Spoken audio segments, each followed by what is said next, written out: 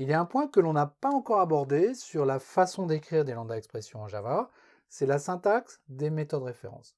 Méthode référence, c'est une syntaxe pour écrire des lambda expressions qui est différente de la syntaxe qu'on a vue où on utilise cette petite flèche pour séparer le bloc de paramètres et puis le bloc de code exécuté par cette lambda. Quand je regarde le consumer que j'ai écrit ici, donc j'ai consumer c égale s done system.out println de s, en fait, les méthodes références, qu'est-ce qu'elles nous disent? Elles nous disent que ce code-là, c'est essentiellement l'invocation de la méthode println ici sur l'objet system.out qui se trouve ici. Et println, je sais que ça prend une chaîne de caractères en paramètres. Devant, j'ai une chaîne de caractères, donc le fait d'écrire ce S ici et là, c'est quelque chose qui n'apporte pas beaucoup d'informations à cette façon d'écrire les choses. Les méthodes références, ça va nous permettre d'écrire en fait cette ligne de code d'une autre façon. Et cette autre façon, c'est la suivante. System.out, qui est l'objet sur lequel je vais invoquer la méthode println. Et puis après, println, qui est le nom de la méthode que je vais invoquer. Et je ne lui mets pas de parenthèse, je ne lui mets pas de paramètres, parce qu'en fait, le compilateur va être capable, comme il connaît cette méthode println, de déduire le paramètre et ce que je fais. Et entre les deux, je vais mettre 2 fois le caractère 2 points. Donc ça donne system.out, 2 points, 2 points, println. Et ça, c'est équivalent à cette écriture-là.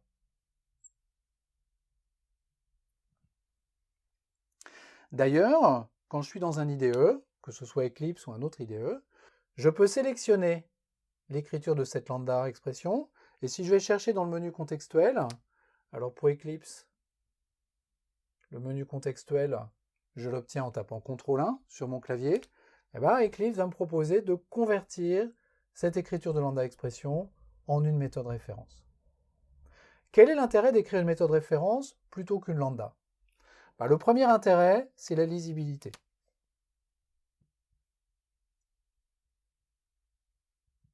Ça, la lisibilité du code, c'est quelque chose qui est très important. Un code lisible, c'est un code qu'on peut facilement modifier, qu'on peut facilement corriger. Donc la lisibilité du code, on travaille beaucoup à ça. La syntaxe des méthodes références apporte une meilleure lisibilité, parce qu'il y a moins de code, parce que le code est plus explicite qu'une lambda expression classique. La deuxième raison, et je vais l'écrire entre parenthèses, ce sont les performances.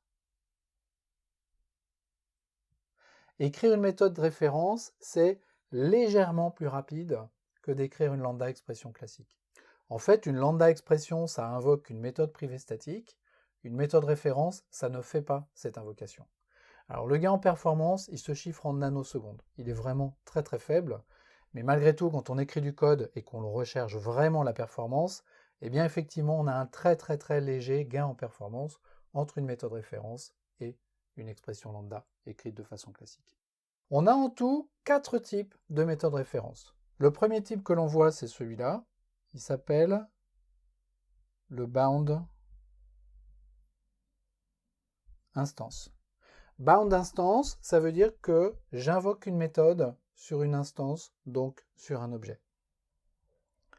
L'exemple, c'est un consumer system.out.println de s. System.out, c'est un objet. J'invoque une méthode sur cet objet. Et donc cette méthode référence, je vais l'écrire de la façon suivante. Je prends l'objet sur lequel j'invoque la méthode. Cet objet, c'est system.out, 2 points, 2 points, println. Donc ça, même si ça ressemble à un appel de méthode statique, c'est pas du tout un appel statique. Println, c'est une méthode d'instance définie sur l'objet system.out.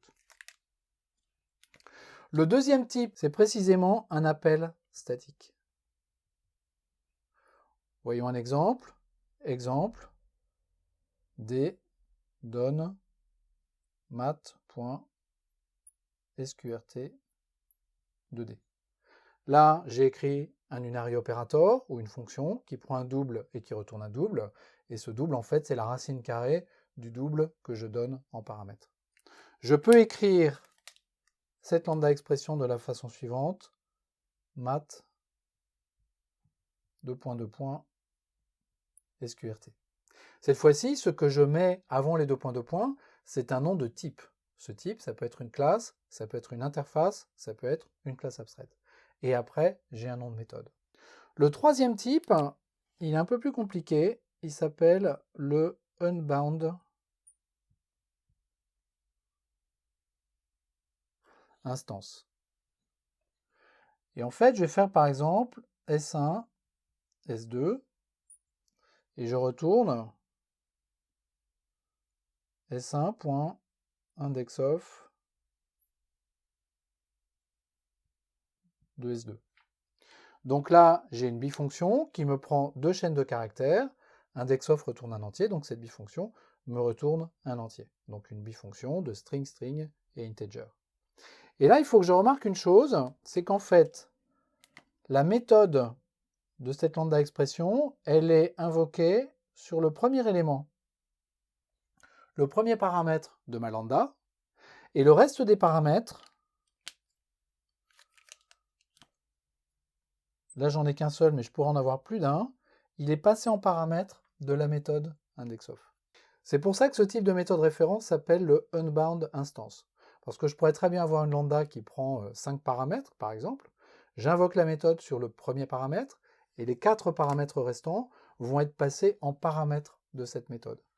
Donc ici, j'en ai qu'un seul, donc c'est une unbound instance à 2 paramètres. Et donc cette lambda expression, je vais pouvoir l'écrire de la façon suivante.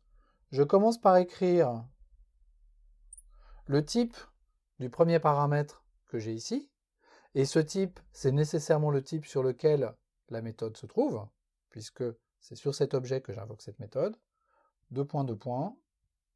IndexOf. Donc cette méthode référence, elle a aussi une tête d'appel statique. Mais en fait, ce n'est pas du tout un appel statique. La méthode IndexOf, c'est une méthode d'instance. J'invoque la méthode IndexOf sur le premier paramètre de la lambda, et je passe les autres paramètres en paramètres de IndexOf. Ça, c'est la unbound instance. Et puis la dernière,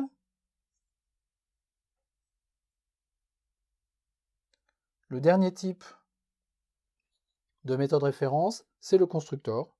Donc je vais écrire par exemple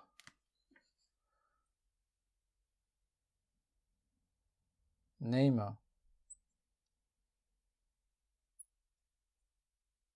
new user de name. Ça, c'est une fonction qui prend une chaîne de caractères, le nom de l'utilisateur, et qui va me retourner une instance de cet utilisateur construite là-dessus. Et là, cette méthode référence, ça va être user new. Comment est-ce que je peux savoir que ce user new, ça correspond bien à name retourne new user? Parce qu'en fait, je pourrais très bien également écrire les choses comme ça, écrire un supplier qui ne prend pas de paramètres, qui me donne new user en appelant le constructeur vide, ou j'aurais très bien pu prendre également une bifonction name age qui me retourne new user de name et d'âge. Et en fait, toutes ces lambda expressions sont mappées sur la même méthode référence. User new va désigner ces trois lambda expressions. Comment est-ce qu'on peut les distinguer? Eh bien, on peut les distinguer grâce au type de la méthode référence. Ce qui est important dans ces méthodes références, c'est d'en connaître le type. Si je ne connais pas le type d'une méthode référence, je ne peux pas la redéployer sous forme d'une lambda expression. Mais la bonne nouvelle, c'est qu'une méthode référence, comme toute variable en Java, j'en connais systématiquement son type. C'est un champ, c'est une constante, c'est un paramètre de méthode, c'est une variable locale à l'intérieur d'une méthode. je connais toujours le type de ce que je manipule en Java à la compilation.